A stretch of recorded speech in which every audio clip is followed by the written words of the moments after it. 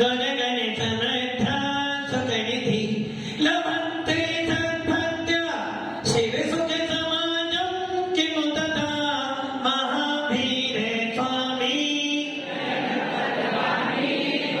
महावीर स्वामी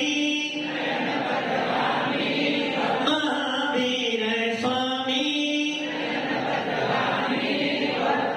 कुर्वः नित्यं ज्ञान दर्शन नाहिका चारित्राणं गंभीरा मोक्ष मार्ग प्रदीपिका पंचपर व्यक्ति भगवान की एक राधिनाथ भगवान की अंतिम संसंपत्ति भगवान महावीर स्वामी की आचार्य श्री कुंद भगवंत की आचार्य श्री विमल सागर जी महाराज की आचार्य गुरुदेव सरस्वती सागर जी महाराज की आचार्य श्री वसुनंदी जी महाराज की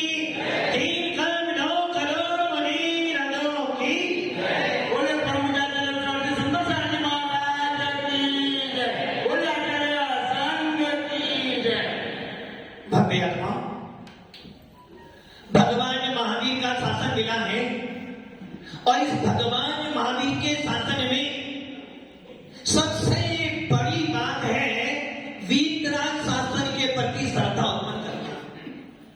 भगवान महावीर का शासन हर किसी को प्राप्त हो जाए जरूरी नहीं है और जिन को भगवान महावीर का शासन मिल जाता है उसको वीतराग शासन के प्रति लगाव हो जाए अति अति अति दुर्लभ है।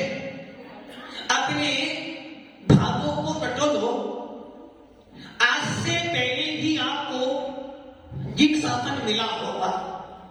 आज से पहले भी आप कभी किसी मुनि की संगति में गए होंगे और आज से पहले भी आपने कभी नमोकार मंत्र सुना होगा। तो क्या दादी काल से चले आ रहे हो, क्या आपने कभी उसमें अपने भावों को लगाया? भजन सुना था कि ये भाव बहुत अनमोल है। किनके लिए अनमोल है? आप लोगों के लिए अनमोल है क्या? अनमोल है क्या आप लोगों के लिए? भानु जी, आचार्य पंडित दौलत राम जी कहते हैं, दोले सामने सोना चेते सियाने काले बता मतलब कौन? सियाने। सियाने मतलब सुने की सियाने मतलब समझदार। हाँ, समझदार। आप लोग तो अति समझदार। आचार्य पंडित जी छेगाना में कह रहे हैं जो सियाना व्यक्ति हो वो तो ये विचार करे कि दोले समझ सुन चेते सियाने काले बता मत खोवे जे नर भव में मिलन कठिन है जो सब मित्र सियाना व्यक्ति। आप लोग हो ना अति सियाने। और जो व्यक्ति अति चतुर होता है, जो व्यक्ति अति समझदार होता है, वो सोचता है ये बात इनके लिए सियाने व्यक्ति के लिए, मैं तो उससे ऊपर हूं। भव्य आत्माओं, भगवान महावीर का शासन बहुत बहुत बहुत बहुत कठिनाई से मिलता है और हम लोग मेरी भावनाओं में पढ़ते हैं। पढ़ते हैं कभी घूमते क्या पढ़ते हो? जो महाराज जी आपको बोल रहे थे ना, कुमार ने मिट्टी का चिलम बनाया। चिलम जब बनी बहुत अच्छी है।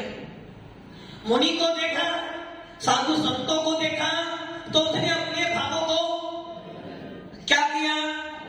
विचार बदले, आकृति बदल गई। आकृति बदली, आचरण बदल गया और आचरण बदला तो सारा का सारा व्यवहार अपने आप बदल गया। भगवान महावीर भी यही कह रहे हैं, अपने विचारों को बदलो, अपनी मान्यताओं को बदलो।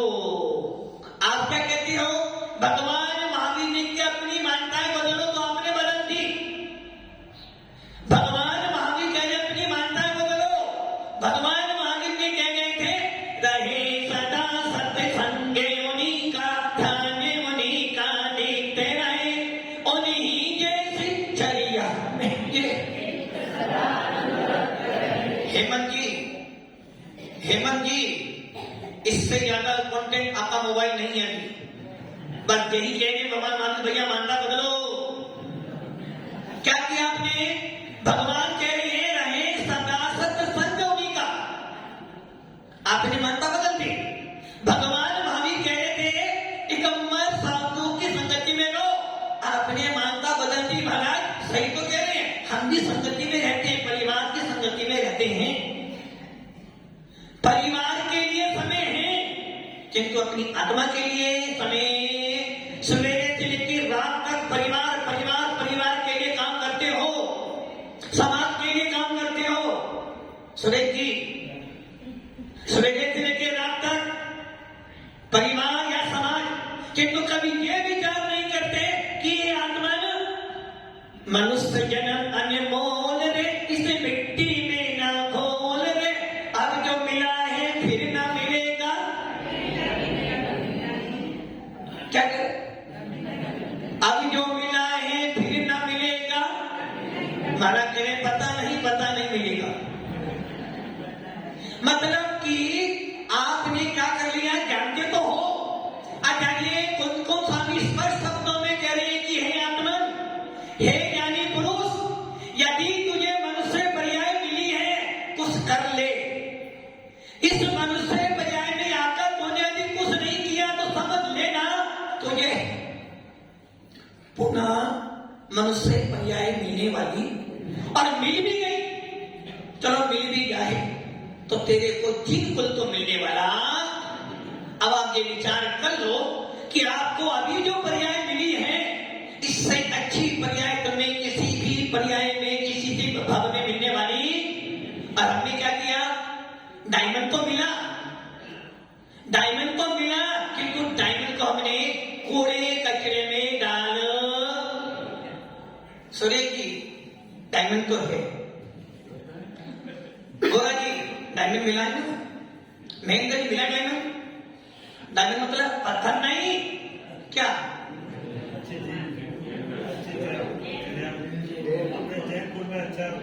जैन कुल तो मिल गया, वो कुल दे दिए। मनुष्य भाव मिला है, जिस भाव से आप आत्मा से परमात्मा बन सकते हो, जिस जिन कुल में आकर जिस मनुष्य भाव से आप मुनिराज बन सकते हो, जिस भाव में आकर आप भेद विज्ञान प्राप्त कर सकते हो। किंतु आपको काम ज्यादा क्या है?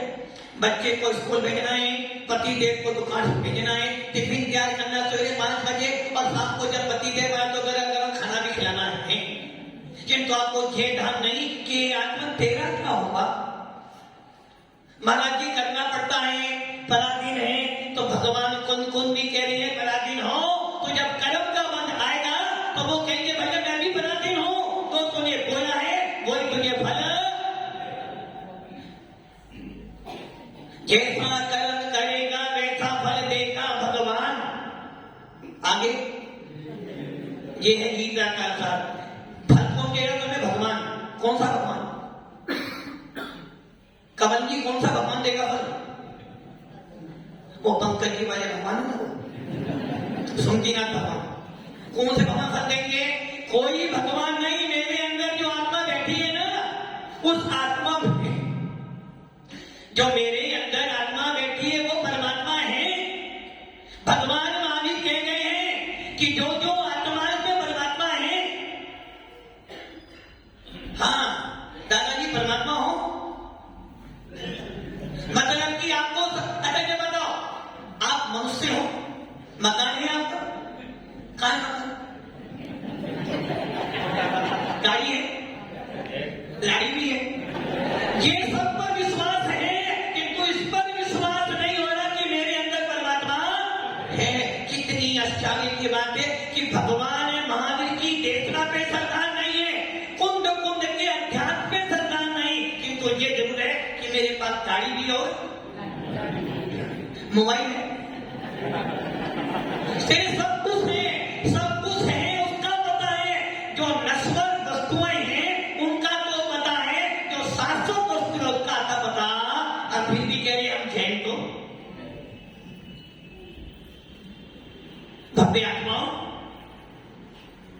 आचार्य भगवंतों ने अपनी साधनाओं को छोड़कर आचार्य कुंद से लेकर आचार्य पूज्यपाद स्वामी हो, आचार्य भद्रभाव स्वामी हो, आचार्य धनसेठ स्वामी हो, आचार्य कुशदत्त भूतबली हो, इन सबों ने अपनी साधना को छोड़कर हम लोगों के लिए जिनवानी। अब आप विचार करना, यदि शिवानंद जी महाराज को पेन चाहिए आपसे ले लेंगे, कापी चाहिए आप आकर दे दोगे, किंतु वो सोचो वो मुनिराज जब गांव के बाहर रहते थे किससे तो पेन मांगते होंगे और किससे, फिर भी शास्त्र लिख करके किनके लिए। महाराज जी देखो हमारे यहाँ 6 काम बांटे गए ना, आपका काम क्या है, ज्ञान और ध्यान करना आपका काम है, इसलिए हमने वो छोड़ दिया। हमारा काम क्या है, कमाना और मैं नहीं कह रहा, वो कह रहे दादा क्या करना पंकज जी, कमाना और सुरेश जी कमाना और स्वाध्याय काम किनका है, मुनिराजों का, त्यागी वर्गों का। हमारा काम क्या है, सिर्फ कमाना। ध्यान कौन करे, मुनिराज, हमारा काम है सिर्फ खाना। भव्य आत्माओं ये जैन शासन नहीं है आपका। यदि श्रावक हो, भगवान महावीर के सपूत हो, यदि वीतराग शासन के प्रति श्रद्धा है तो आपके मन में लगन होनी चाहिए कि ये आत्मा यदि 24 घंटे मिले हैं। महाराज कह रहे थे अभी 6 घड़ी, कितनी घड़ी, 6 घड़ी कह रहे थे, 1 घड़ी बोला था, 1 घड़ी में आधी घड़ी, आधी 12 मिनट, उसमें से भी 6 मिनट, उसमें भी तो महाराज 1 घंटा हो गया है। हमारा तो 3 मिनट से तो बहुत ऊपर छुट्टी हमारी। शब्दों के भाव पकड़ो, भगवंत कह रहे हैं यदि कोई साधु की संगति 3 मिनट के लिए भी मन वचन काय की विशुद्धि से करता है तो उसके असंख्या पुण्य कर्मों की निजरा हो सकती है। आचार्य भगवंत जय धवला में कहते हैं यदि तुझे भेद विज्ञान प्राप्त करना है, आत्मा को जानना है, भगवान महावीर की छवि को निहारना है, अपने अंदर बैठी संपत्ति देखनी है। सुरेश जी संपत्ति, कितनी संपत्ति आपके पास,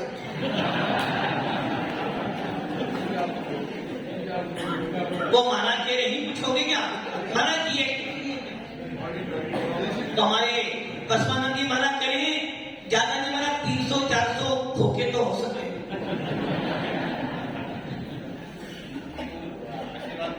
अच्छा वो कह रहे आशीर्वाद फले, मतलब कि आप सोने की खान में जाने के बाद कोला लेकर आ रहे हो। अरे भैया भगवान खुद को स्वामी कह रहे हैं, हे आत्मा जिसकी तू आशीर्वाद ले रहा हो तो नस्लो अपने पुण्य से तू कमा लेगा, किंतु जो संपत्ति तेरे अंदर बैठी है, जिस संपत्ति के पीछे पढ़कर हम लोग आपस में कसाए बांध लेते हैं, जिस संपत्ति के पीछे भाई से लड़ाई कर लेता है, जिस संपत्ति के पीछे समाज पट जाती है, जिस संपत्ति के पीछे माँ बेटे को मारकर बेटा माँ को मार देता है, वो संपत्ति तो कूड़ा है। किंतु जो संपत्ति तेरे अंदर बैठी है, हेमंत सेठ हो ना, कितने करोड़ के सेठ हो, देखो हमारे महाराज लोग बैठे हैं, ना तो पहनने के लिए कुछ है और ना सुरेश जी आपका भोजन कहाँ हुआ है, आपका भोजन कहाँ हुआ, घर पर ही होगा ना। और ये भी पता कि क्या पसंद बन जाए, कि तुमका हाथ कहाँ हो किसी को नहीं पता, ना तो कोई ड्रेस है और ना कोई एड्रेस है, ना नोट है और ना कोई बोर्ड है, बोर्ड डालने का अधिकार भी नहीं है, और आपके पास नोट भी है, और मतलब कि ना खाने के लिए कुछ है, ना पहनने के लिए, ना रहने के लिए कुछ चीज भी क्यों नहीं, जो कि हमें पता है कि नश्वर वस्तु नहीं है, शाश्वत वस्तु यदि कोई है तो मेरा भगवान आत्मा है जो मुझे मिला है अपने बल पर। और ये भगवान वीतराग शासन मिला है, जिन शासन मिला है और जिन शासन पाकर, वीतराग शासन पाकर मुझे शाश्वत वस्तु जो मेरे पास में है, बंदे तदगुण लभ, जो मेरा सम्यक दर्शन, सम्यक ज्ञान, सम्यक चारित्र जो मेरी आत्मा में है, बस वही मेरा है, इसके सिवा मेरा कुछ भी महान पुरुषार्थ किया होगा हमारे आचार्यों ने, इसलिए आप बोलते हो नमो आयरी आनंद। यदि आचार्य भगवंत न होते, गंधर्व प्रवेश की नहीं होते, महाराज कह रहे थे कि भैया हमने छोटे हैं कैसे बोले, तारो जुगुनों के कीमत क्या होते हैं ना, जुगुनों की कीमत नहीं है, ये निश्चित है, कीमत तो चंद्रमा की है, किंतु भव्यात्माओं चंद्रमा की शोभा भी जुगनों से ही होती है। घर में बच्चे नहीं हो तो घर नहीं कहलाता है, घर में बच्चे होते हैं तो लगता है कि घर में कोई शोर हो रहा है। खाना बनाने के लिए यदि बर्तन नहीं हो और बर्तन की आवाज रसोई में नहीं हो तो रसोई में कोई काम। वैसे ही सूर्य की पूजा किससे करते हो? चुल्लू भर पानी से करते हो ना। अरे चुल्लू भर पानी नहीं हो तो सूर्य की पूजा नहीं हो सकती। वैसे ही तीर्थंकरों की वाणी को झेलने के लिए भी गंधर्व चाहिए, यदि गंधर्व नहीं होगा तो वाणी खेलने वाली भी नहीं है। इसलिए हर व्यक्ति का मूल्य है। घर में 10 मेंबर हैं, जो बेटा अभी 1 महीने का है उसका भी मूल्य है, जो कि दुनिया से मेरा मूल्य नहीं है, संपत्तियों से मेरा मूल्य नहीं है, समाज से मेरा मूल्य नहीं है, मेरा मूल्य मेरी स्वयं की आत्मा से है।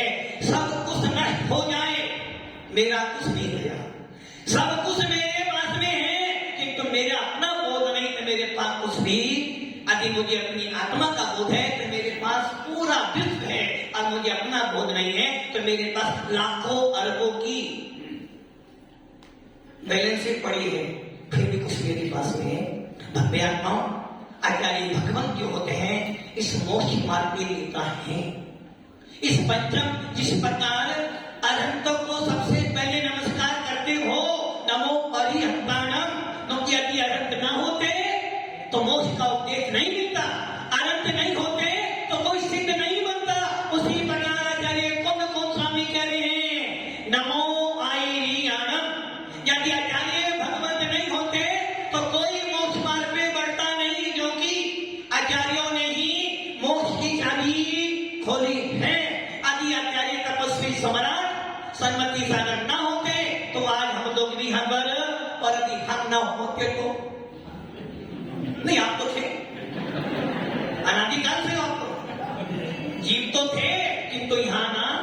भव्यात्माओं नमो आयरियाणम, इस पंचम काल के सबसे बड़ा मोक्ष मार्ग का नेता कोई है। जो नेता सफेद कपड़े टोपी पहनकर आते हैं वो नेता नहीं, वीतराग सर्वज्ञ हितोपदेशी के पद पर चलने वाले निर्गत साधु ही आज मोक्ष मार्ग के नेता है। इसलिए हमारे शास्त्रों में नमो आयरियाणम को मंगल कहा गया है। यदि आचार्य भगवंत न होते तो मोक्ष मार्ग बंद हो जाता। इसलिए कुंद स्वामी कहते हैं आचार्य भगवंतों की देन है जिन्होंने इस मोक्ष मार्ग को आगे बढ़ाया है। आचार्य भक्तों का उपकार है जो इस पंचम काल में भी हमें भगवान महावीर के वेश को धारण करने वाले दिगंबर मुनि दिखाई दे रहे हैं। उन आचार्य भक्तों का इतना बड़ा उपकार है कि आज हमारे यहाँ पूरी की पूरी आज परंपरा कायम है। यदि आचार्य भगवान न होते तो आज के साधु उनकी बात ना मानते। इसलिए जब भी शास्त्र पढ़ते हो इतना पूर्वाचार्य अनुक्रम, पूर्वाचार्यों ने जैसा कहा है वैसा, तो इतना महान उनका है हमारे आचार्यों का, जिन्होंने आज इस पंचम काल में भी हमें भगवान महावीर के दर्शन कराने वाले साधुओं को जन्म दिया है। भव्यात्माओं, और यही कारण है कि आज भी हम कुंद स्वामी जैसे महान आचार्यों को याद करते हैं। आज भी हम पूज्य पाद स्वामी को याद करते हैं, आज भी हम अंतरंग विचलन को याद करते हैं, और आज भी हम आचार्य मानंदी महाराज को याद करते हैं। जिनका उपकार है उसी श्रृंखला में बढ़ते बढ़ते चले जाओ। अनेकों अनेक आचार्य जिनकी देन से आज हमारा जीवन शासन चल रहा है। भव्यात्माओं, आज आचार्य गोस्वामी महाराज अभी संकलन मुद्दे 2 संघों के मिलन की बात कर रहे हैं। 2 संघ, कितने संघ? 3 संघ। कौन 3 संघ हो गए? अच्छा, अभिनंदन सागर के बारे। आप बताओ सत्य कहाँ है? भगवान महावीर ने रागी द्वेषी लोग राग द्वेष की बात करते हैं, घर का परिवार ऐसे तो होता है। अभी 2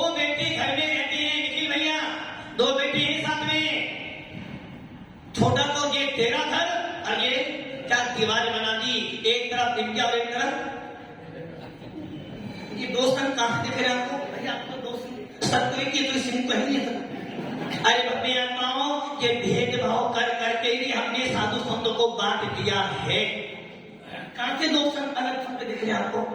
वो भी निर्गत है, हम भी निर्गत हैं। वो भी एक बहाना करते हैं, हम भी एक बहाना करते हैं। वो भी 28 गुरु पालन करते हैं और हम भी। और आपके दो संत और 3 संत। अच्छा माता जी हम लोग से अलग है। अरे भव्य आत्माओं, मन मिला हो तो एक ही मंच पर 1000 नहीं 1500 साधु विराजमान हो सकते हैं। और मन ना मिले तो एक कमरे में भी 2 महाराज एक साथ बैठे तो है, एक की पीठ उधर तो दूसरे की। किसका संग अलग है भैया? भगवान महावीर का झंडा है, कोई अलग नहीं है। पार्टी कितनी अलग हो जाए, कोई लालटेन ले ले, कोई साइकिल ले ले, कुछ भी ले ले, किंतु तिरंगा तो सबका। वैसे भव्य आत्माओं, हम अलग नहीं हैं, हम तो सब भगवान महावीर के अनुयायी हैं, इसलिए दिगंबर हैं। गलतियां हमारी नहीं होती, गलती आगे वो उस संत के हैं। वो बंदा जी कौन से संत के भैया हम लोग? अरे महाराज जी आपके गुरु सन्मति सागर जी, इनके गुरु वसुनंदी जी। कि तुम ये भूल रहे हो भव्य आत्माओं, हम कोई अलग नहीं, हम तो सब एक हैं। अलग तो आप लोग कर रहे हैं। जिस दिन दिगंबर साधु सारे एक मंच पर बैठ जाएगा, समझ लेना चतुर्काल आ गया है।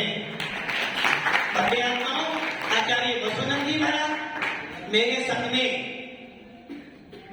जो सुकाव्यमती माता जी हैं, जो अच्छा भजन विधान करवाती है, और ये विक्की भेजे बैठे हैं, इनसे पूछो कि वसुनंदी महाराज को आप जानते हो?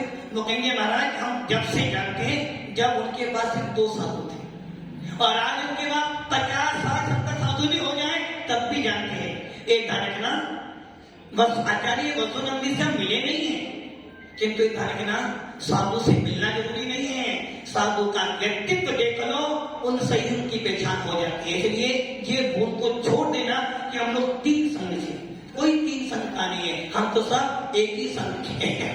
और एक धारकना जिस दिन साधु समाज में बंटवारा हो जाएगा, समझना तुम्हारा पूरा का पूरा धर्म बर्बाद हो जाएगा। आचार्य वसुनंदी महाराज जितना संघर्ष जीवन में बिताया है, शायद आप नहीं जानते, महाराज जानते होंगे, और हमारे जो साधु हैं ना वो सब जानते हैं। एक घटना साधु बनना बहुत सरल है, साधु जीवन निभाना बहुत सरल है, किंतु संघर्षों के बीच में जब पढ़ना पड़ता तो बहुत कठिनाई से निकलना पड़ता है। आज जो उनका लेवल है ना, एक दिन का लेवल नहीं है, 35-40 साल लग गए उस लेवल को बनाने में। आप अपना मकान बनाते हो गोरा जी, कैसे बनता है मुझे पता है आपको। राजनीति करते हो कैसे पता, कैसे निभाते हो, वैसे ही एक दिगंबर साधु अपने आप को कैसे संभालता है। अब आप सोच लो, 25-28 किलोमीटर चलते हैं, और एक टाइम, उसमें भी एक टाइम में नमक खाना नहीं है। सुनिए क्या आप करके देखना ऐसा, आज आप पैदल 15 किलोमीटर जाना और आने के बाद घर में नमक नहीं खाना, तेल नहीं खाना, घी नहीं खाना, और दूध भी लेना, बस क्या होगा? भव्य आत्माओं, साधु जीवन आनंद का जीवन है। और आज आचार्य वसुनंदी महाराज का तिथि से आचार्य पद है।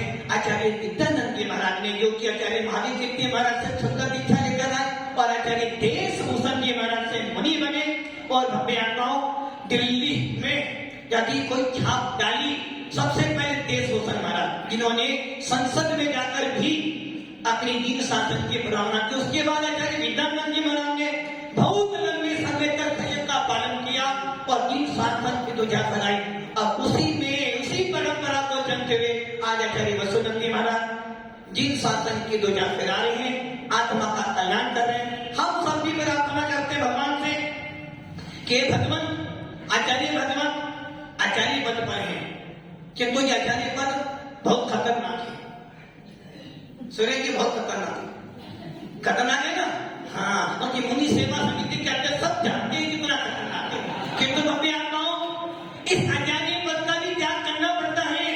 और एक बड़ा बन जाना बहुत सरल है, किंतु बड़प्पन में अहंकार नहीं आना चाहिए। सरलता, जितनी सरलता होगी उतना आनंद आएगा। तो हम तो प्रार्थना करते हैं कि आचार्य भगवान कभी आचार्य पद पर है, कोई बड़ी बात नहीं है। अब तो ये भावना भाव कि आप मुनि मुद्रा में आओ, चतुर्काल में आओ, मुनि बनकर तपस्या करो और सिद्ध पद को प्राप्त करो। इससे बड़ा पद अपना कोई नहीं है। तो भव्यात्मा मोक्ष मार्ग की नेता मिले हैं, सेवा करो और भावना भाव की आत्मा हे भगवान एक दिन ऐसा आ जाए कि इनकी सेवा करते करते हम भी पार हो जाए। ओम नमः शिवाय। सुंदर महाराज